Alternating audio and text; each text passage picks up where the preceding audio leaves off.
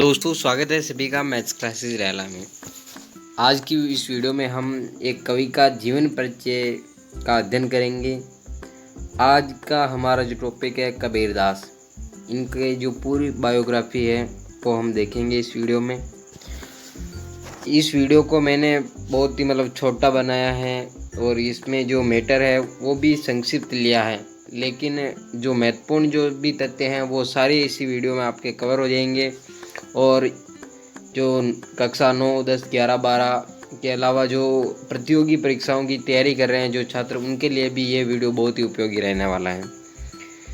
इस वीडियो में मैंने बहुत ही आसान भाषा में इस जो परिचय है उसको समझाने का प्रयास किया है, क्योंकि पुस्तकों की जो कठिन भाषा होती है, विस्तृत जो ज्ञान होता है, उसी से मुक्ति पाने के लिए आप अलग अलग प्लेटफॉर्म पे आते हो, लेकिन उनसे मुक्ति नहीं मिल सकती, क्योंकि जो अक्सर हम खोजते हैं, क्योंकि ये जो हम लाते हैं या फिर अन्य प्लेटफॉर्म पे आपको मिलता है वो भी किताबों से होता है। किताबों की जो जानकारी है उसी को हमने समझाने का प्रयास किया है।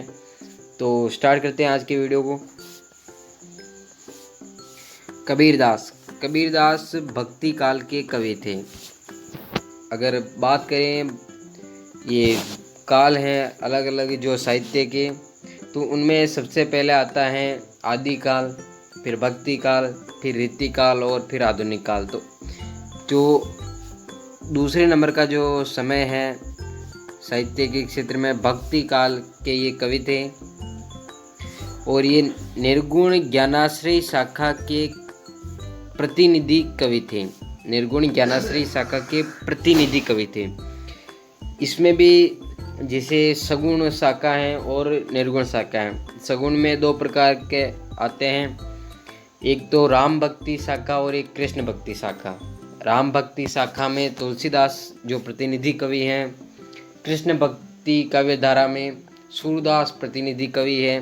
वहीं निर्गुण ज्ञानाश्रय शाखा है और निर्गुण में एक प्रेमाश्रय शाखा है। तो निर्गुण ज्ञानाश्रय शाखा के प्रतिनिधि कवि कबीरदास और निर्गुण प्रेमाश्रय शाखा के प्रतिनिधि कवि जो हैं वो मलिक मोहम्मद जायसी। इसके अलावा भी कई कवि हैं और, लेकिन जो प्रतिनिधि या प्रमुख कवि हैं उन्हीं का मैंने नाम लिया है। ये संत काव्य धारा के प्रवर्तक कवि थे, अर्थात संत काव्य धारा है उसको शुरू करने वाले, आरंभ करने वाले कवि रहे हैं कबीरदास जी। फिर इनका जन्म विक्रम संवत 1455 या फिर 1398 ईस्वी। आप इसमें कंफ्यूज ना हो, क्योंकि कई किताबों में इस फॉर्मेट में लिखा हुआ मिलता है तो कई किताबों में इस फॉर्मेट में। तो आपको जो सही लगे, आसान लगे वो याद कर लीजिए, क्योंकि इसमें क्या है कि ये विक्रम संवत है एक और दूसरा ईस्वी संवत है। जो विक्रम संवत है उसमें और ईस्वी संवत जो है इसमें 57 साल का अंतर होता है। ईस्वी सन से विक्रम संवत जो है 57 साल आगे चलता है।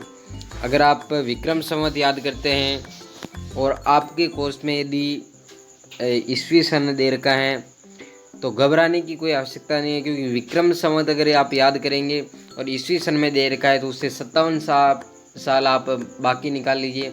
या फिर अगर ईस्वी सन में आपने याद कर रखा है और विक्रम संवत अगर आपके दे रखा है कोर्स में, तो आप 1398 में 57 साल जोड़ेंगे तो आपके 1455 आ जाएगा। तो इस पर बिल्कुल कंफ्यूज ना हो।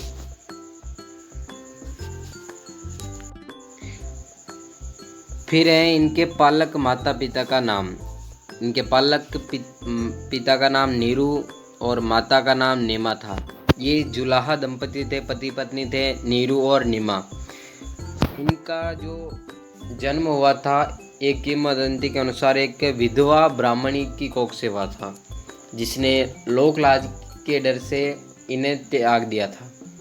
तो इसके बाद ये नीरू और निमा को मिले, इन्हीं दोनों ने इनका पालन पोषण किया था। फिर है इनके गुरु। इनके कबीरदास जी के गुरु का नाम था स्वामी रामानंद। स्वामी रामानंद के शिष्य थे कबीरदास जी। फिर है इनकी रचनाएं। रचनाओं का विशेष ध्यान रखें। इनकी एक रचना है, प्रमुख रचना है बीजक। बीजक के 3 भाग हैं, रमेनी, सबद और साखी। रमेनी, सबद और साखी। बीजक जो है इनका प्रतिनिधि ग्रंथ है, प्रमुख ग्रंथ है, और यही पूछा जाता है, या तो ऐसे पूछा जा सकता है कि बीजक किसकी रचना है, तो कबीरदास जी की, या फिर कबीरदास जी की प्रमुख रचना तो बीजक। इसके 3 भाग है, ये भी कई बार पूछ लिए जाते हैं। तो पहला जो भाग है रमेनी, दूसरा है सबद, और तीसरा जो इनका भाग है वो साखी। रमेनी, सबद और साखी। फिर है इनकी भाषा बात करें, भाषा शैली की बात करें, तो भाषा को, जो इनकी भाषा है, जो इन्होंने अपने साहित्य में, काव्यों में प्रयोग में ली है, वो है पंचमेल खिचड़ी। मतलब अगर इसको समझे कि पंचमेल है, तो 5 भाषाओं का मेल है। तो इसमें कौन कौन सी भाषाएं हैं? इसमें है सद्दूकड़ी, राजस्थानी, पंजाबी, पूर्वी हिंदी और ब्रजभाषा। पूर्वी हिंदी और ब्रजभाषा का इन्होंने प्रयोग किया है। और मुख्य रूप से इनकी भाषा की अगर बात करें, अगर ऑप्शन में आपको दिया गया हो तो सद्दूकड़ी, या फिर कई बार ऐसा होता है कि जैसे ये भाषाएं जो इसमें दे रखी हैं, इनमें से अलग अलग ऑप्शन में अलग अलग भाषाएं हो, और इनमें से सभी हो तो सभी भाषाओं का भी चयन किया जा सकता है। लेकिन प्रमुख भाषा पूछे तो सद्दूकड़ी जो है उनकी भाषा है। फिर है उनका देहावसान, उनकी मृत्यु कब हुई थी? तो उनकी मृत्यु हुई थी विक्रम संवत 1575, या फिर अगर हम बात करें तो 1518 ईस्वी संवत। इनकी उम्र की बात करें तो 120 वर्ष इनकी उम्र रही थी, 120 वर्ष। और ये अंतर मैंने आपको पहले बता दिया था विक्रम संवत और ईस्वी संवत का, तो इसमें बिल्कुल कंफ्यूज ना हो। ये तो आज का जो हमारा वीडियो था, इसमें हमने कबीरदास जी के जीवन परिचय के बारे में चर्चा की है। अगर आपको वीडियो अच्छा लगा है तो लाइक करें, चैनल को सब्सक्राइब करें और अपने दोस्तों के साथ शेयर ज़रूर करें। धन्यवाद।